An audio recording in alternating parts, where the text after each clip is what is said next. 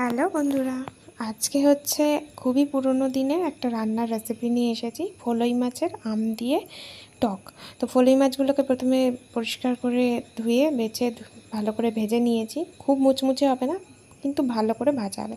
তো ভাজা হয়ে যেতেই সেই তেলেতেই মাছগুলো তুলে নিয়ে একটু সর্ষে ফোড়ন আর কাঁচা লঙ্কা ফোড়ন দিয়ে দিয়েছিলাম। আর অন্যদিকে আমগুলো প্রেসার কুকারে সেদ্ধ করে নিয়েছিলাম, যাতে ভালো করে সেদ্ধ হয়ে যায়, টকটা বেরিয়ে যায়।